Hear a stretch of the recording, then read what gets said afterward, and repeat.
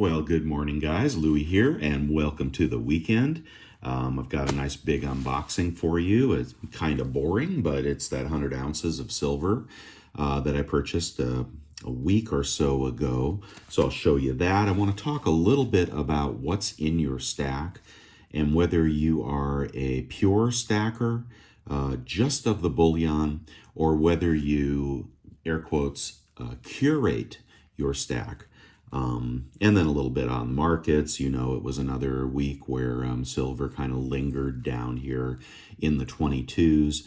But the GSR, pushing back in the 77s, high 77s, indicates that silver is really, holding its value. It is still cheap compared to gold, right? An ounce of gold will still get you 77 to 78 ounces of silver, premiums excluded. But we're staying right in that 77, 78 range on the GSR. And I think that's where we're going to stay. I don't think we're going to exceed 80. Both gold and silver could decline a little further. But as long as that ratio stays intact, I'm happy continuing to buy silver. And we'll talk about what kind of silver I am buying. We'll talk about curating versus just pure stacking. So here we go. This is the order I placed on eBay. It is the second order I have placed for these nadir 4 nines silver bars. Oh, lost my zombie. I was going to start casting some zombies for Halloween, and I can't find my cask. Can't find my casking cask. So that's the mold that you cast things in. So you know what? I'm just going to keep pouring it. Can't seem to find it. I don't know where it is. All right, so here are those nadir bars. As I said, they're beautiful quality silver. And of course they are certified, all right, 4 nines silver fineness. And the way that some of the products are coming out that I'm pouring with these, those stars and bars and stuff, just gorgeous, gorgeous results from these 4-9 bars. And they are some of the cheapest bars on eBay. These sold for $26. This is before the big drop. And that eBay credit card that I have gives me 3.3% cash back, so pretty close to 25 on these. But now they are listed around 25, and you can get them after credit card rebate pretty close to $24 an ounce. If you don't have that eBay credit card, grab one. I highly recommend it. The link is down in the description. But yeah, 100 ounces, so no sales tax, etc. And these nadir bars are just top notch. So that's what these are for pouring, but there'd be no problem with stacking them. Stuff like this is being liquidated because as the market gets softer, people will be looking for American silver before they will want Turkish silver. But this stuff is really... It's well done. It's very well done. Notice that kind of pillow top it has, kind of pillowy. And that's a cast bar, but very, very fine. Okay, so there is my 100 ounces. I did pull one out with these out of here already to melt the other day. I'm happy to have that. So let's talk a little bit about, I guess you could look at those while I do. I could play with them. Let's talk a little bit about about curating versus stacking. Now, a pure stacker will find they may not want these, right? I mean, if I was a pure stacker and I was leaving it for my family, I probably wouldn't want the nadir bars. You would want something recognizable like the 10-ounce Sunshine Mint bars. Or you might want constitutional, right? That'd be very, very marketable. And you might want silver eagles, although the premiums are still prohibitive on the silver eagles. But you'd want something recognizable and easily saleable.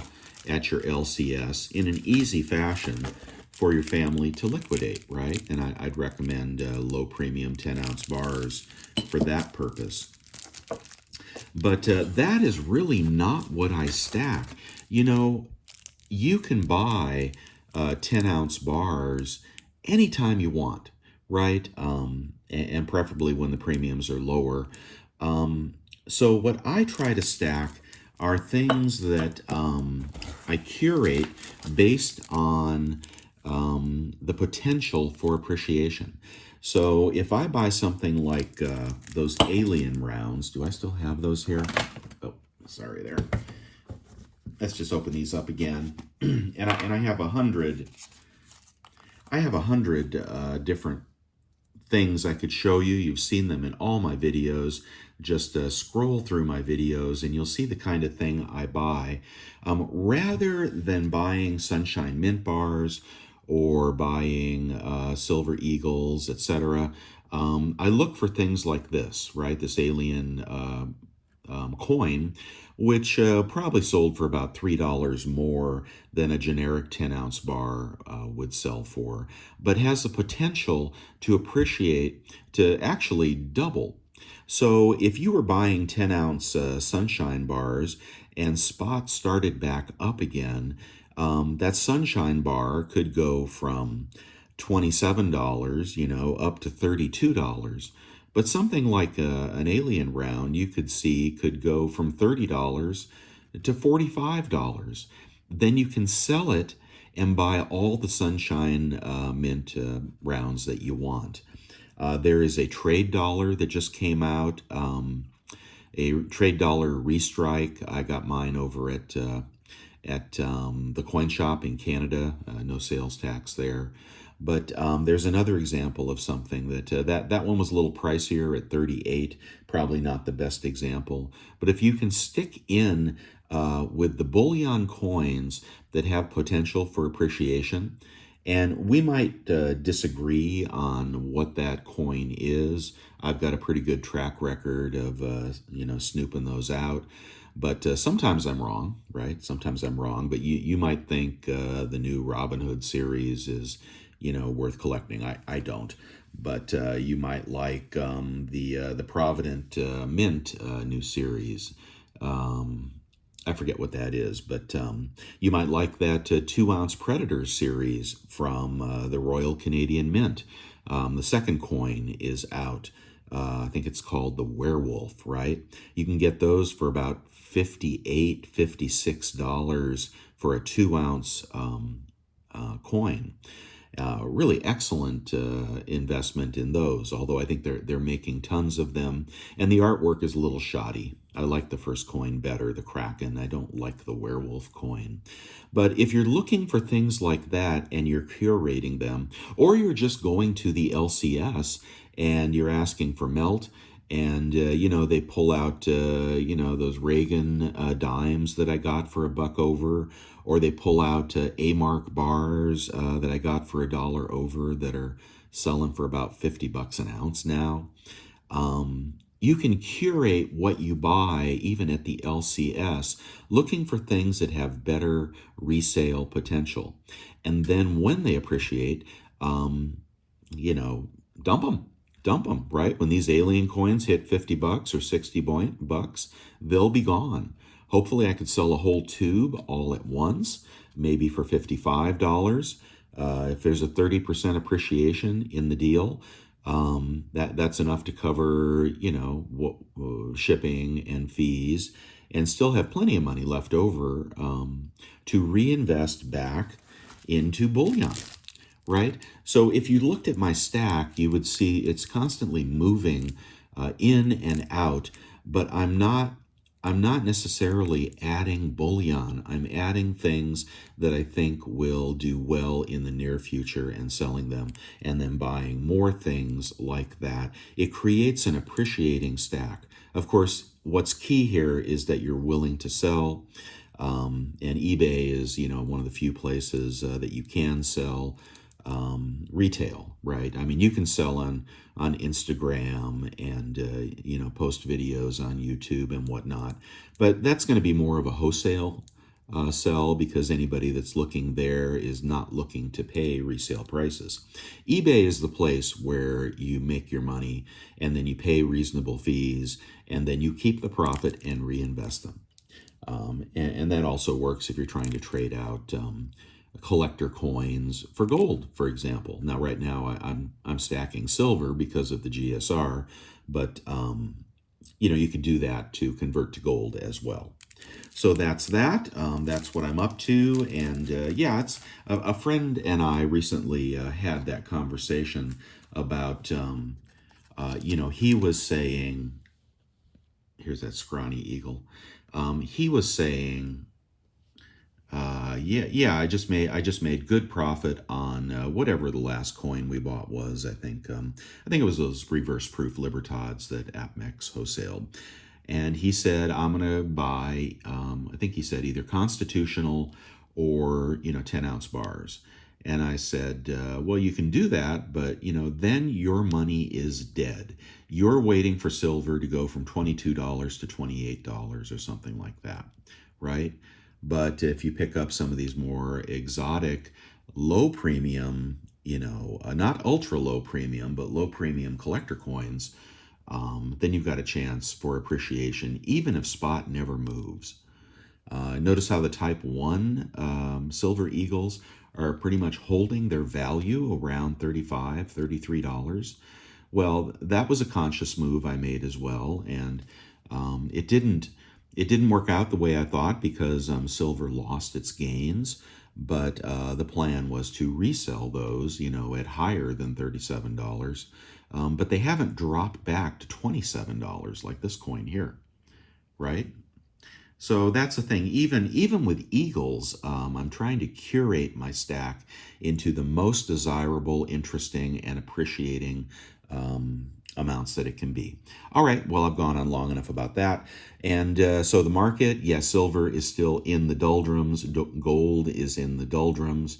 Stock market is catching a bid. And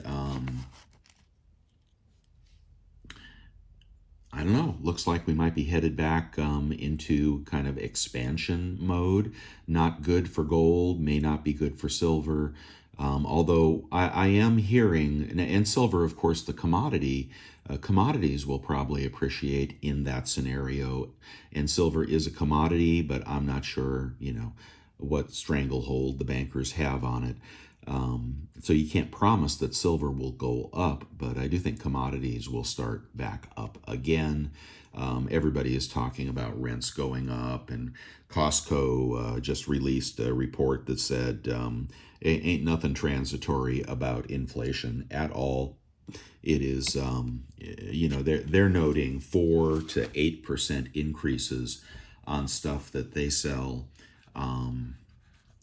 tinfoil, other, consumer goods. So they're telling the truth, right? Prices are rising rapidly. And there is the supply shortage that, people are talking about. So beware of that if you're short of supplies, but also beware that that is inflationary.